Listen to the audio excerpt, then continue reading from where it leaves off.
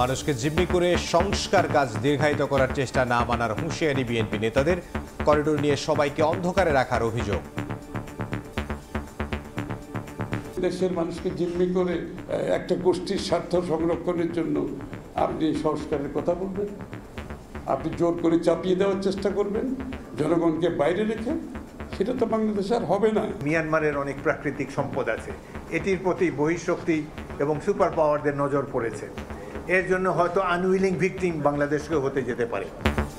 অন্তর্বর্তী সরকারের বিরুদ্ধে দেশের নিরাপত্তা ঝুঁকিতে ফেলার অভিযোগ রাজনীতিকদের। মানবিক করিডোরের নাম করে একটা সামরিক করিডোর দেওয়ার ব্যাপারে অফিসিয়ালি সরকার অস্বীকার করলেও নানা ধরনের তৎপরতা এখনো অব্যাহত আছে। বাংলাদেশের নিরাপত্তা সার্বভৌমত্ব নতুন করে বিপদের ঝুঁকির মধ্যে পড়তে পারে। মানবিক করিডোরকে বাংলাদেশের সাথে চুক্তি করবে মিয়ানমার সরকার বলেছে আমি ওই চুক্তির মধ্যে নেই।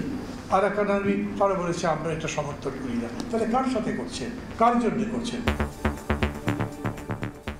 দেখছিলেন প্রধান শিরোনাম। রাতের সময় সঙ্গে আছে আমি ইমদাদুল হক এবং আমি শবনম নিবিড়। এবার অন্যান্য শীর্ষ সংবাদ।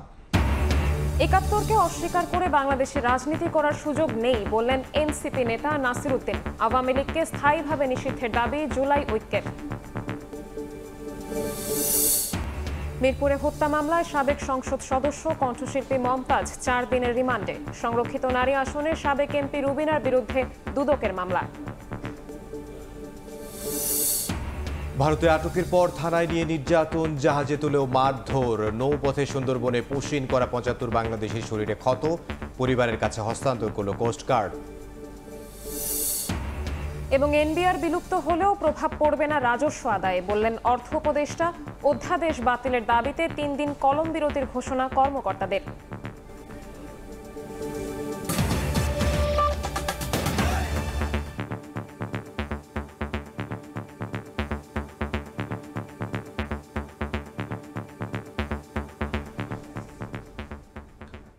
দেশের মানুষকে জিম্মি করে একটি গোষ্ঠীর স্বার্থ রক্ষায় সংস্কার দীর্ঘায়িত করা হচ্ছে অভিযোগ করে বিএনপি নেতা আমির খসরু বলেছেন, নির্বাচন পেছানোর কোনো ষড়যন্ত্র জনগণ মেনে নেবে না। আরেক নেতা হাফিজ উদ্দিন আহমেদ বলেছেন, জনগণকে অন্ধকারে রেখে মানবিক করিডোর হতে পারে না। সংকট সমাধানের একমাত্র পথ নির্বাচন। মানবিক করিডোর দেওয়ার নামে দেশের নিরাপত্তা ঝুঁকির মধ্যে পড়ছে বলেও মন্তব্য করেন অন্যান্য রাজনৈতিক দলের নেতারা। রাখাইনে মানবিক সহায়তা পৌঁছাতে বাংলাদেশ থেকে করিডোর দেয়া না দেয়া নিয়ে আলোচনায় সরব দেশের প্রায় সব রাজনৈতিক দল। এছাড়া সংস্কার প্রশ্নে ধীরগতি নিয়েও আছে মিশ্র প্রতিক্রিয়া। দিন দিন জোরালো হচ্ছে দ্রুত নির্বাচনী রোডম্যাপের দাবি। মঙ্গলবার জাতীয় প্রেস ক্লাবে বীর মুক্তিযোদ্ধা দেশবরেণ্য চিকিৎসক প্রয়াত জাফরুল্লাহ চৌধুরীর ৩য় মৃত্যুবার্ষিকী উপলক্ষে স্মরণ সভায় যোগ দেন বিভিন্ন রাজনৈতিক দলের নেতারা। বক্তারা সরকারের সমালোচনা করে বলেন, দেশের স্বাধীনতা ও সার্বভৌমত্বের প্রশ্নে রাজনৈতিক দলগুলোর সঙ্গে আলোচনার প্রয়োজন ছিল ডক্টর ইউনূসের সরকারের। মানবিক করিডোরের নাম করে একটা সামরিক করিডোর দেওয়ার ব্যাপারে অফিসিয়ালি সরকার অস্বীকার করলেও নানা ধরনের তৎপরতা এখনো অব্যাহত আছে। এই ৯ মাসে একটা উদাহরণ যে বিচার বিভাগের এই সংস্কার হয়েছে, পুলিশের এই সংস্কার হয়েছে, কিংবা আইন বিভাগে এই সংস্কার হয়েছে, নির্বাচনের জন্য এই সংস্কার হয়েছে, যেটা উল্লেখ করবার মতো।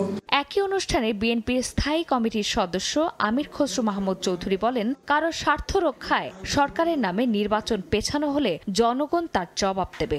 এখন যারা বড় বড় কথা বলছে এর বেশিরভাগ লোককে চেহারা দেখিনি আমরা আন্দোলন সংগ্রামে। এখন করতে থেকে বেরিয়ে আসছে, এখন তারা আমাদেরকে সংস্কারের দিচ্ছে, কি বলে তালিম দিচ্ছে। আপনি যে দেশের মানুষকে জিম্মি করে একটা গোষ্ঠীর স্বার্থ সংরক্ষণের জন্য আপনি সংস্কারের কথা বলবেন, আপনি জোর করে চাপিয়ে দেওয়ার চেষ্টা করবেন জনগণকে বাইরে রেখে, সেটা তো বাংলাদেশে আর হবে না। আলাদা অনুষ্ঠানে বিএনপি নেতা অবসরপ্রাপ্ত মেজর হাফিজ উদ্দিন আহমেদ বলেন, দেশের চলমান সংকট সমাধানের একমাত্র পথ নির্বাচন। আমাদের দল থেকে, বিভিন্ন রাজনৈতিক দল থেকে বারবার বলা হয়েছে যে একটা নির্বাচন দেন, আমরা যাতে করে বাংলাদেশের জনগণের দাবি সমূহ তুলে ধরতে পারি। তাদের কাছ থেকে যে বলিষ্ঠ ভূমিকা আমরা আশা করি, এখন পর্যন্ত ততটা পাইনি। গত ৯ মাসে সংস্কার ও নির্বাচন নিয়ে সরকারের ধীরগতি এবং কার্যক্রম নিয়ে প্রশ্ন তোলেন বিএনপি সহ অন্যান্য রাজনৈতিক দলের নেতারা। বৈষম্য করা হচ্ছে যে এখানে। চন্দ্রিমা চৌধুরী, সময় সংবাদ, ঢাকা। একাত্তরকে অস্বীকার করে বাংলাদেশে রাজনীতি করার কোনো সুযোগ নেই বলে মন্তব্য করেছেন জাতীয় নাগরিক কমিটির মুখ্য সমন্বয়ক নাসিরউদ্দিন পাটোয়ারী।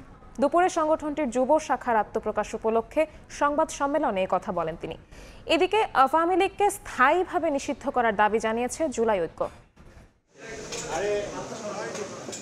আগামী শুক্রবার আত্মপ্রকাশ করতে যাচ্ছে জাতীয় নাগরিক পার্টির যুব শাখা জাতীয় যুব শক্তি। এই উপলক্ষে বাংলা মোটরে দলীয় কার্যালয়ে সংবাদ সম্মেলনের আয়োজন করে দলটি।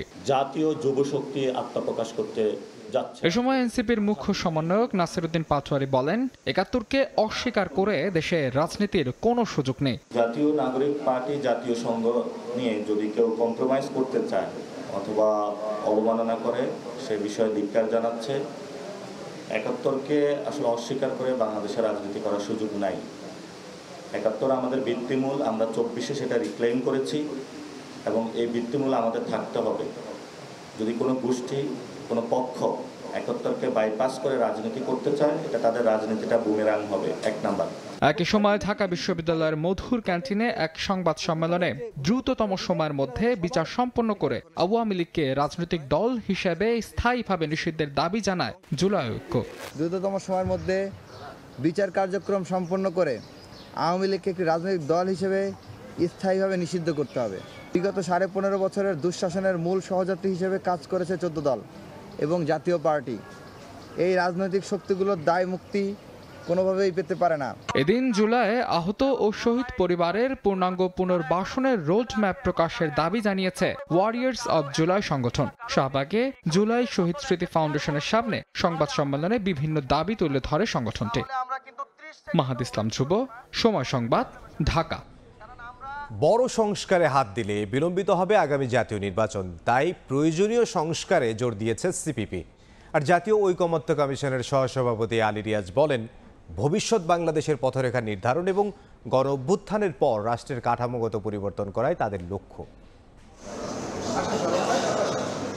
৩২তম দল হিসেবে জাতীয় ঐকমত্য কমিশনের সঙ্গে সংলাপে বাংলাদেশের কমিউনিস্ট পার্টি সিপিবি। মঙ্গলবার সকালে জাতীয় সংসদের এলডি হলে শুরু হয় এই বৈঠক। অংশ নেন সিপিবির 11 সদস্যের প্রতিনিধি দল।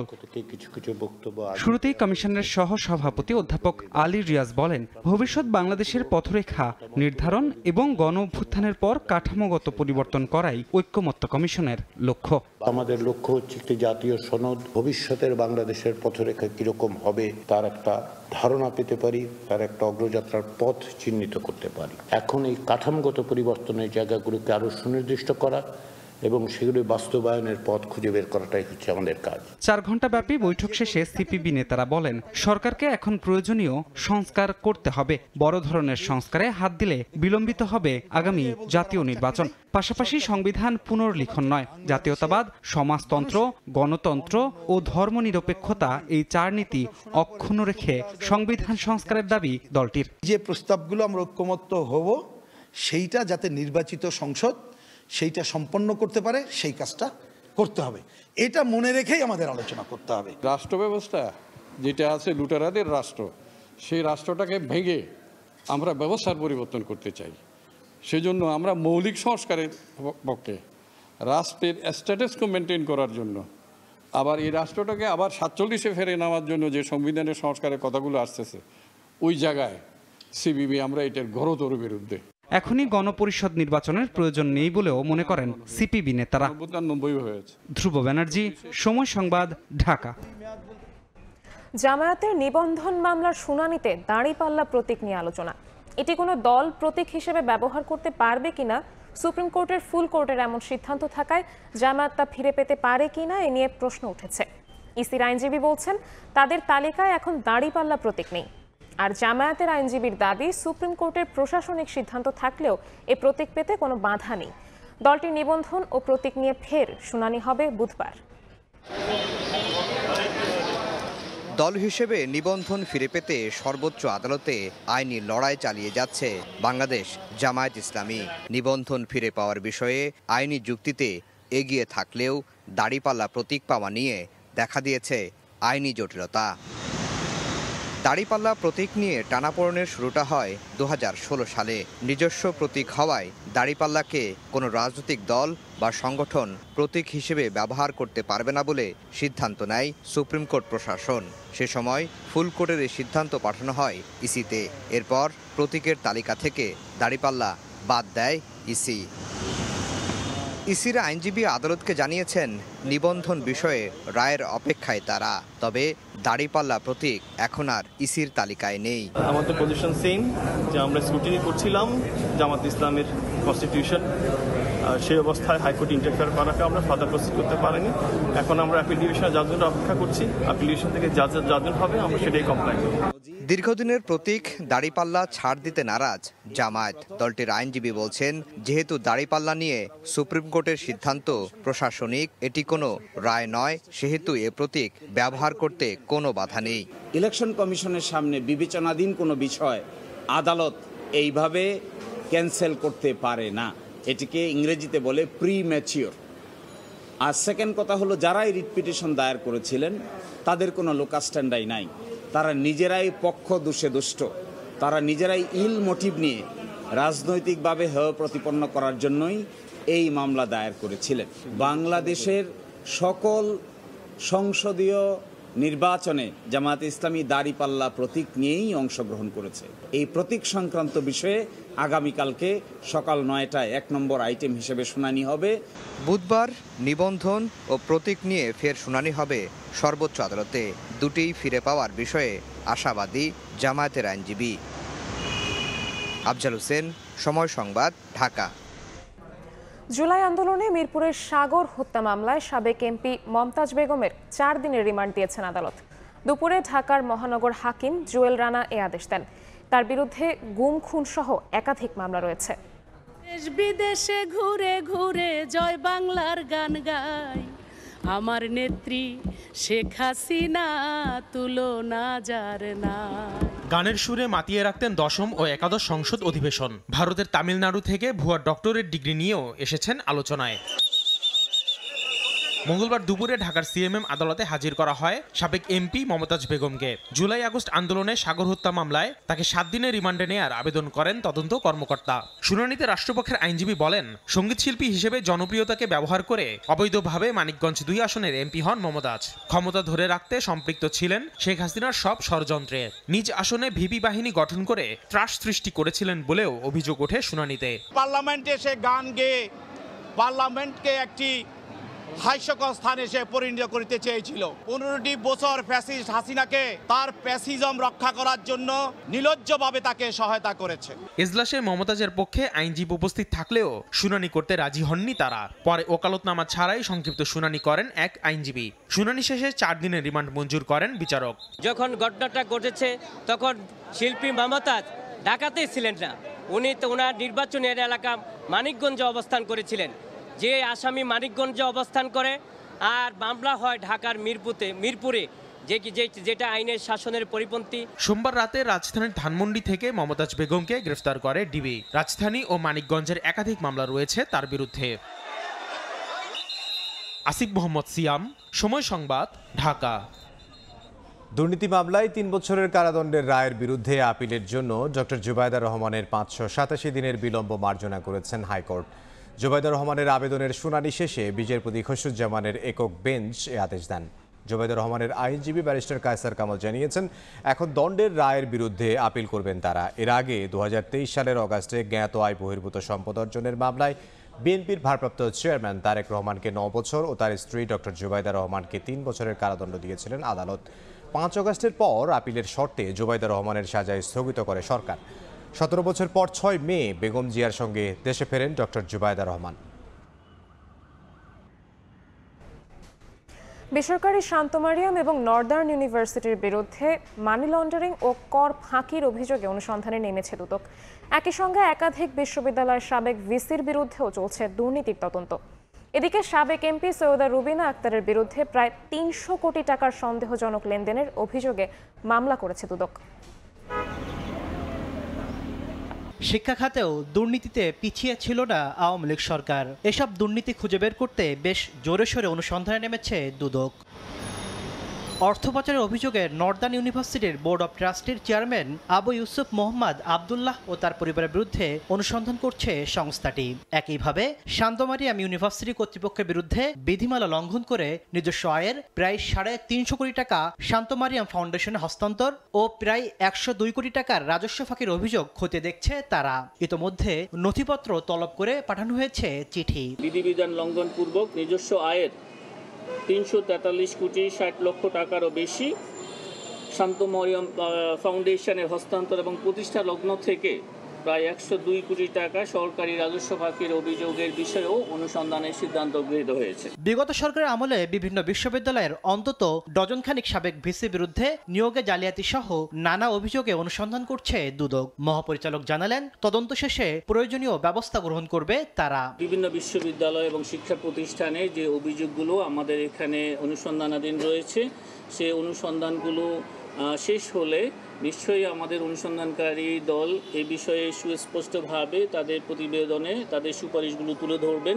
যেসব ক্ষেত্রে ফৌজদারি অপরাধ সংঘটিত হয়েছে সেগুলির ক্ষেত্রে ফৌজদারি মামলা রুজু হবে। এদিন সংরক্ষিত নারী আসনের সাবেক এমপি সৈয়দা রুবিনা আক্তার মীরার বিরুদ্ধে প্রায় 300 কোটি টাকার সন্দেহজনক লেনদেনের অভিযোগে মামলা করেছে দুদক। আর 127 কোটি টাকার সন্দেহজনক লেনদেনে মামলা হয়েছে মাতারবাড়ি বিদ্যুৎ প্রকল্পের পরিচালক জাহাঙ্গীর আলমের বিরুদ্ধে। তাসলিম তৌহিদ, সময় সংবাদ, ঢাকা। পুলিশের কাছে বড় জোর শর্টগান থাকতে পারে বলে মন্তব্য করেছেন বাহিনীটির মহাপরিদর্শক বাহারুল আলম। বিকেলে পুলিশ স্টাফ কলেজ মাঠে আইজিপি কাপ ক্রিকেট চ্যাম্পিয়নশিপের পুরস্কার বিতরণ শেষে তিনি জানান, যেসব অস্ত্রে মানুষের নিশ্চিত মৃত্যু হয় সেগুলো এড়িয়ে উন্নত বিশ্বের আদলে পুলিশকে সুসজ্জিত করা হবে। তবে ঝুঁকিপূর্ণ পরিস্থিতির ক্ষেত্রে ব্যতিক্রম হতে পারে বলে উল্লেখ করেন আইজিপি।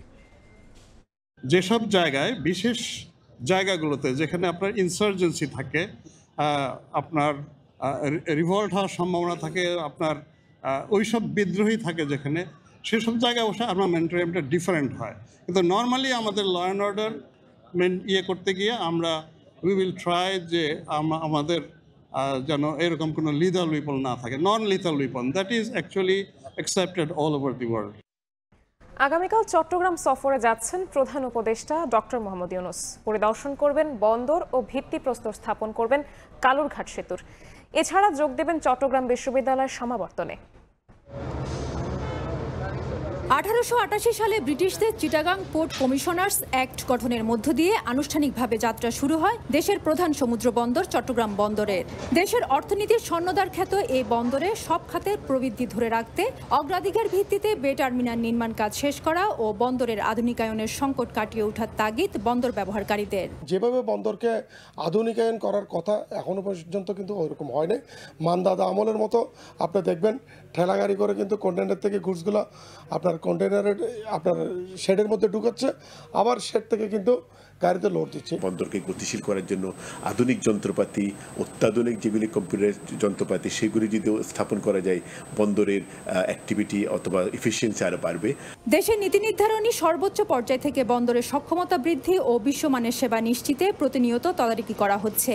এরই ধারাবাহিকতায় প্রথমবারের মতো চট্টগ্রাম সফরে এসে প্রধান এই সমুদ্র বন্দর পরিদর্শন করবেন প্রধান উপদেষ্টা অধ্যাপক ডক্টর মোহাম্মদ ইউনূস।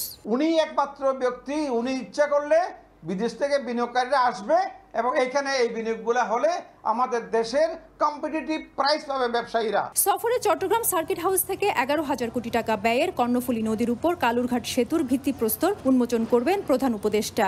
যত দ্রুত সম্ভব এটা হবে শেষ করা উচিত এবং সরকারের উপর নজরদারি থাকা উচিত যাতে এটা সেতু নিয়ে দ্বিতীয়বার অন্য কোনো ধরনের ঝামেলা যাতে না হয়। সফরসূচির শেষ পর্যায়ে দুপুরে চট্টগ্রাম বিশ্ববিদ্যালয়ের 5ম সমাবর্তন অনুষ্ঠানে যোগ দেবেন প্রধান উপদেষ্টা।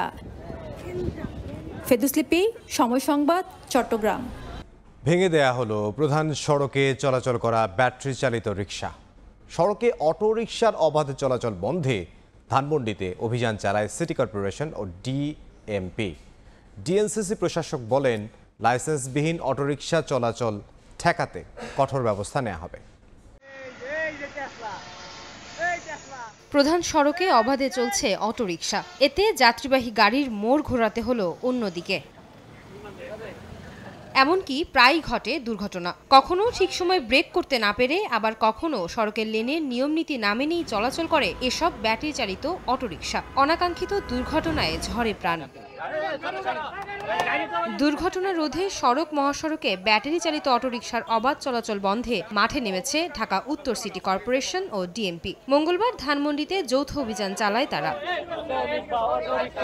অভিযানে অটোরিকশাগুলোকে দুমড়ে মুচড়ে ফেলা হয়। অনুরোধ করেও শেষ রক্ষা হয়নি। চালকদের দাবি, যাত্রীদের জোরাজুরিতেই মূল সড়কে চালাতে বাধ্য হন তারা। আমগো যদি বাধা দেয় আমরা পুলিশের লোক ওভারটেক করতে পারি না। আমগো জনগণকে আর বিপদে ফেলাইতেছে। আমাদের যাত্রীরা বলতেছে কয় এইটা ঘোরেন, ঘুরিয়া যাবেন। আমরা কইছি মেইন রোডে আমরা উঠবো না, কয় এ ঢুকতো ঘুরিয়া যান। আপনারা তো আর এক সিঙ্গেল পারে আর সিঙ্গেলে যাবেন না। কিতা করবো, রক্ত পেতে তো দেওয়া লাগবো না তারে। দিতে আসলে 1,10,000 50,000 তারা দেওয়া লাগবো। এদিকে মূল সড়কে অটোরিকশা চলাচল করতে দেয়া হবে না বলে জানান ডিএনসিসি প্রশাসক মোহাম্মদ এজাজ। যেখানে মধ্যে রিক্সাগুলো তৈরি করা হয় এবং চার্জিং পয়েন্টগুলো আছে, তার উপরে আমাদের অপারেশন শুরু হবে। এগুলোকে আমরা বন্ধ করে দিব। ডেস্কোর সাথে আমরা আলাপ করেছি। মূল সড়ক থেকে ব্যাটারি চালিত রিক্সাগুলোকে আমরা বন্ধ করে দিব। আমরা ধরে নিয়ে যাব, এভিকশন করব এবং গ্র্যাজুয়ালি আমরা বৈধ রিক্সাগুলোকে মাঠে আনবো। ঢাকাবাসীদের যারা রিক্সা চালান তাদেরকে বলেন, আপনারা কেউ মোটর চালিত রিক্সা নিয়ে মেইন রোডে উঠবেন না। উঠলে আপনাদের রিক্সাগুলোকে কয়েদ করা হবে এবং এই রিক্সা আপনারা আর ফেরত পাবেন না। স্থায়ী সমাধান কি জানতে চাইলে ডিএনসিসির প্রশাসক বলেন, জাতীয় পরিচয়পত্র দিয়ে রিক্সার লাইসেন্স দেওয়া হবে। রিক্সা নিয়ে যে বাণিজ্য চলছে তার বিরুদ্ধে কঠোর ব্যবস্থা নেওয়ার কথাও জানান তিনি। আয়েশা সিদ্দিক সামিয়া, সময় সংবাদ, ঢাকা। এবার বাণিজ্যের সংবাদ।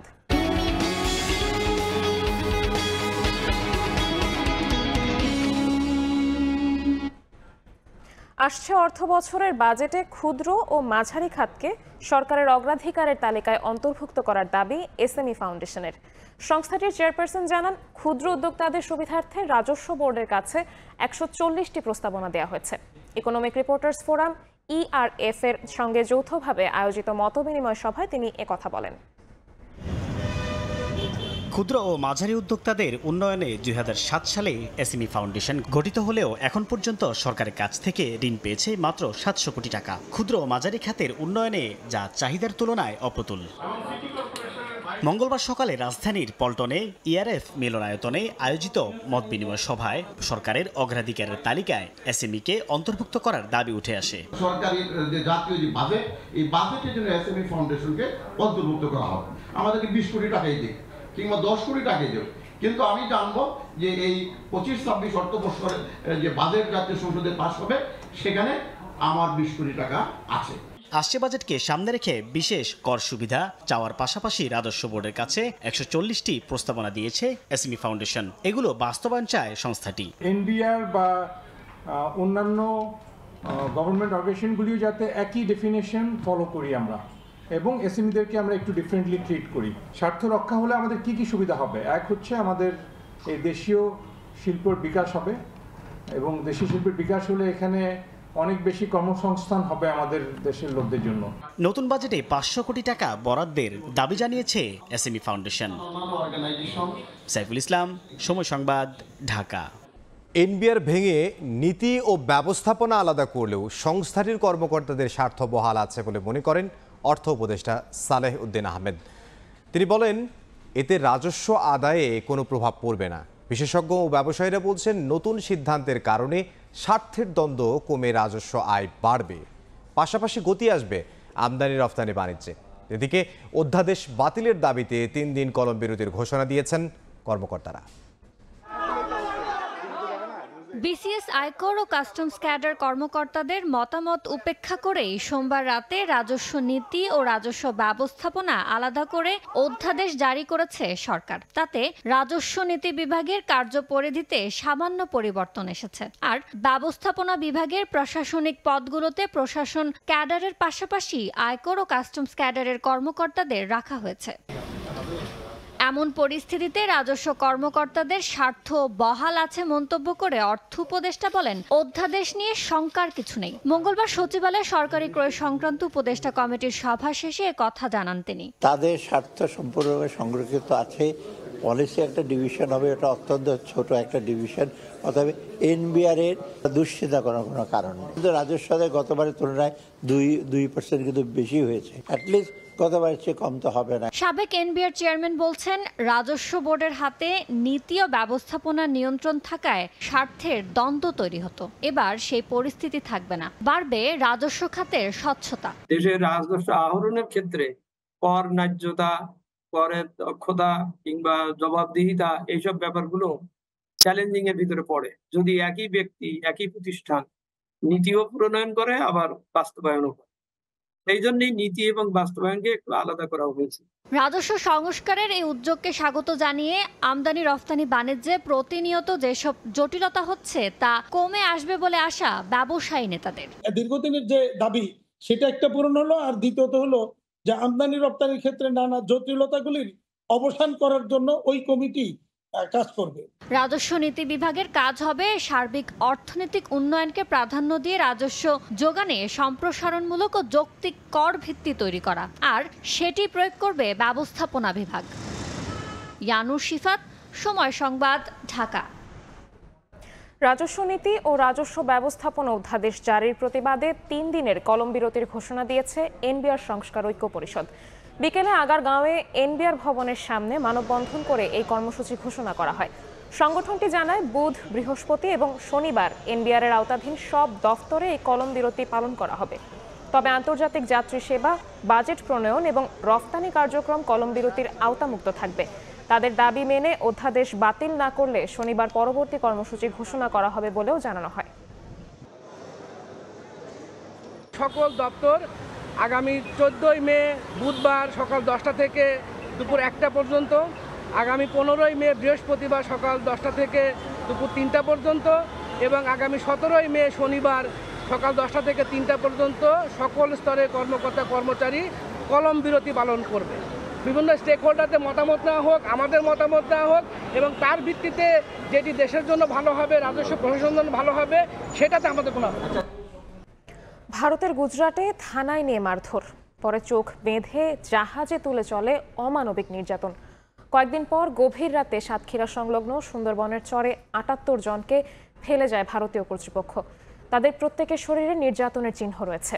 ভুক্তভোগীদের মধ্যে 75 জন বাংলাদেশি। তাদের পরিবারের কাছে হস্তান্তর করেছে কোস্টগার্ড। দফায় দফায় নির্যাতন, কখনো বাড়ি ঘরে ঢুকে, কখনো থানায় নিয়ে। নাগরিকত্বের প্রমাণ দেখাতে না পারায় ভারতের গুজরাটে পুলিশের হাতে নিপীড়নের শিকার বহু মানুষ। এক পর্যায়ে চোখ বেঁধে শখানেক ব্যক্তিকে তোলা হয় জাহাজে, সেখানেও চলে মারধর, খাবার দেয়া হয় সামান্য। শুক্রবার গভীর রাতে সুন্দরবন সংলগ্ন সাতক্ষীরার শ্যামনগর উপজেলার মান্দারবাড়িয়া এলাকার চরে ওই জাহাজ থেকে 78 জনকে ফেলে যায় ভারতীয় কর্তৃপক্ষ। তাদের সবার শরীরেই রয়েছে নির্যাতনের চিহ্ন। পুরুষদেরকে, মহিলাদেরকে সবাইকে তুলে নিয়ে যায়। সুরত উনপাটিয়া গুজরাটে থাকতাম, রাত 3টার সময় আমারে উঠাই নিয়ে আইছে, আমার বউ বাচ্চা এখানে রয়েছে। মার খেতে খেতে কেউ বেহুশ হয়ে যায়, বেহুশ হয়ে গেলে তারপরেও মারে আর বলে কি যদি মরে যায় তাহলে সমুদ্রের ভিতরে ফেলে দেব। মঙ্গলবার সকালে সাতক্ষীরার শ্যামনগর থানায় সংবাদ সম্মেলনে কোস্টগার্ড জানিয়েছে, পুশ ইন করা 78 জনের মধ্যে 75 জন খুলনা, যশোর, নড়াইল সহ বিভিন্ন জেলার বাসিন্দা, বাকি 3 জন ভারতীয়, তবে সবাই বাংলা ভাষাভাষী। বুলডোজার দিয়ে তাদের ঘরবাড়ি ভেঙে দেওয়া হয়, তাদের পরিবারের সামনে তাদেরকে অমানবিক অত্যাচার, শারীরিক নির্যাতন এবং ধর্মীয় অবমাননার সূচক মন্তব্য প্রদান করে। আইনি প্রক্রিয়া শেষে বাংলাদেশিদের পরিবারের কাছে হস্তান্তর করে কোস্টগার্ড। আর 3 ভারতীয়কে নিজ দেশে ফেরত পাঠানোর প্রক্রিয়া চলছে। সময় সংবাদ, সাতক্ষীরা। দেশের বাইরের খবর। 4 দিনের ভয়াবহ সংঘাতের পর যুদ্ধবিরতি কার্যকর হলেও নয়াদিল্লি ও ইসলামাবাদের মধ্যে বাকযুদ্ধ থামছেই না। ভারতের প্রধানমন্ত্রী নরেন্দ্র মোদীর অভিযোগকে মিথ্যা ও ভিত্তিহীন বলে অভিহিত করেছে পাকিস্তান। ভারত কোনো সন্ত্রাসী ঘাঁটিতে নয়, বরং বেসামরিক স্থাপনায় হামলা চালিয়েছে বলে দাবি করেছেন পাকিস্তানের প্রতিরক্ষা মন্ত্রী খাজা আসিফ। সোমবার আবারও পাকিস্তানের বিরুদ্ধে যুদ্ধবিরতি লঙ্ঘনের অভিযোগ তুলেছে ভারতের সেনাবাহিনী। তাদের দাবি, জম্মু কাশ্মীরের সাম্বা জেলায় ড্রোন হামলার চেষ্টা করে পাকিস্তানের সেনারা। আকাশ প্রতিরক্ষা ব্যবস্থার সাহায্যে ড্রোন ধ্বংসের দাবি করা হয়।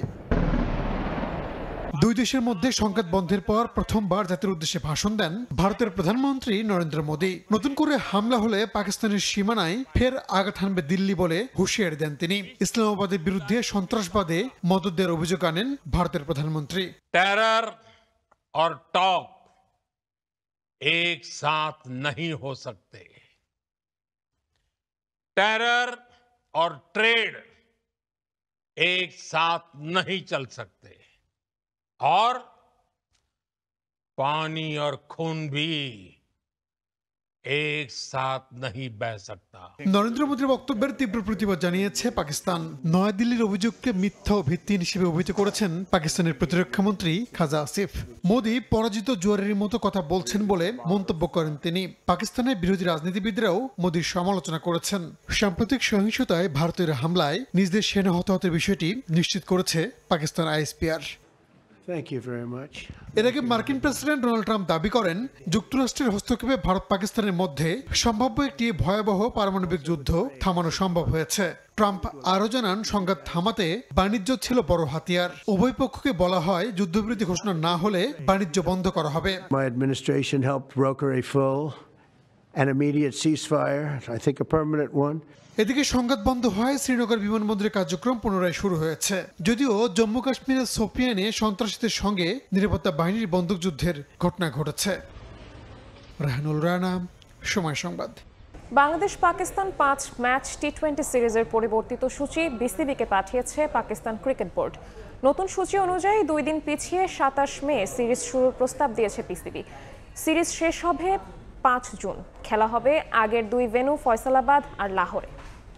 আনুষ্ঠানিকভাবে নিশ্চিত না করলেও বিসিবি বলছে শেষ পর্যন্ত টাইগাররা পাকিস্তান সফরে যাবে কিনা তা নির্ভর করছে সরকারের গ্রিন সিগন্যালের ওপর।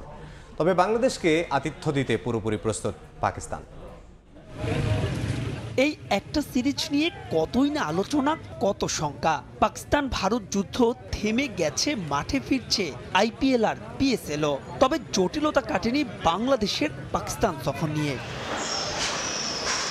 আগের শিডিউলে 21 মে আমিরাত সফর শেষে পাকিস্তান যাওয়ার কথা ছিল টাইগারদের। তবে যুদ্ধের কারণে সব এলোমেলো। 17 মে থেকে শুরু পিএসএল এর স্থগিত বাকি 8 ম্যাচ, ফাইনাল 25 মে। পূর্বের শিডিউলে যেদিন থেকে আবার মাঠে গড়ানোর কথা ছিল বাংলাদেশ পাকিস্তান সিরিজ। তার মানে একটা বিষয় স্পষ্ট, পিছিয়ে যাচ্ছে এই সিরিজ। দেশটির গণমাধ্যম আর বিসিবি সূত্রের খবর, পরিবর্তিত সূচিও নাকি বাংলাদেশ ক্রিকেট বোর্ডকে পাঠিয়েছে পিসিবি, যেখানে 2 দিন পিছিয়ে ম্যাচ শুরু হবে 27 মে থেকে। এরপর 29 মে, 1, 3 আর 5 জুন হবে বাকি ম্যাচগুলো। বাংলাদেশ রাজি হলে পূর্বের 2 ভেন্যু ফয়সালাবাদ আর লাহোরেই হবে ম্যাচ। তবে পরিস্থিতির বিবেচনায় প্রস্তুত রাখা হবে রাওয়ালপিন্ডিকেও। Condition in Pakistan is quite normal now. Today, Pakistan Cricket Board has announced restart of Pakistan Super League from 17th to 25th. I'm just eagerly waiting for Pakistan and Bangladesh T20 series. And I tell you one thing for sure, that this time when Bangladesh come to Pakistan, they will feel like playing in Sher Bangla Cricket Stadium, Dhaka, because people in Pakistan has huge respect, love for Bangladesh people. I'm assuming that when Bangladesh cricketers arrive in Pakistan, they will receive a lot of love and lot of praise. কিন্তু সেক্ষেত্রে অনেক উত্তরই মেলাতে হবে, যার প্রথমটা টাইগারদের নিরাপত্তা, যেখানে বিন্দুমাত্র ছাড় দিতে চায় না বোর্ড। বাংলাদেশ দল পাকিস্তান যাবে কিনা সেই সিদ্ধান্ত নিতে চায় সরকারের সঙ্গে আলোচনা করেই, যার জন্য অপেক্ষা করতে হতে পারে আরও 2-1 দিন। বিসিবিকে সিদ্ধান্ত নিতে হবে নাহিদ রানা আর রিশাদের অনাপত্তিপত্র নিয়েও, যদিও তাদের আবারও পিএসএল খেলতে যাওয়ার সম্ভাবনা ক্ষীণ। 17 আর 19 মে আমিরাতের বিপক্ষে 2 ম্যাচের টি20 সিরিজ খেলবেন টাইগাররা। যদি বাংলাদেশ দল পাকিস্তান যেতে রাজি হয়, তবে দুবাইয়ে 24 মে পর্যন্ত ক্যাম্প করতে পারে লিটনের দল। মাহবুব রিমন, সময় সংবাদ, ঢাকা। এ পর্যায়ে শীর্ষ সংবাদ জানিয়ে দিচ্ছি আরেকবার। মানুষকে জিম্মি করে সংস্কার কাজ দীর্ঘায়িত করার চেষ্টা না মানার হুঁশিয়ারি বিএনপি নেতাদের। অন্তর্বর্তী সরকারের বিরুদ্ধে করিডোর নিয়ে সবাইকে অন্ধকারে রাখার অভিযোগ। ৭১কে অস্বীকার করে বাংলাদেশে রাজনীতি করার সুযোগ নেই বললেন এনসিপি নেতা নাসিরউদ্দিন। আওয়ামী লীগকে স্থায়ীভাবে নিষিদ্ধের দাবি জুলাই ঐক্যের।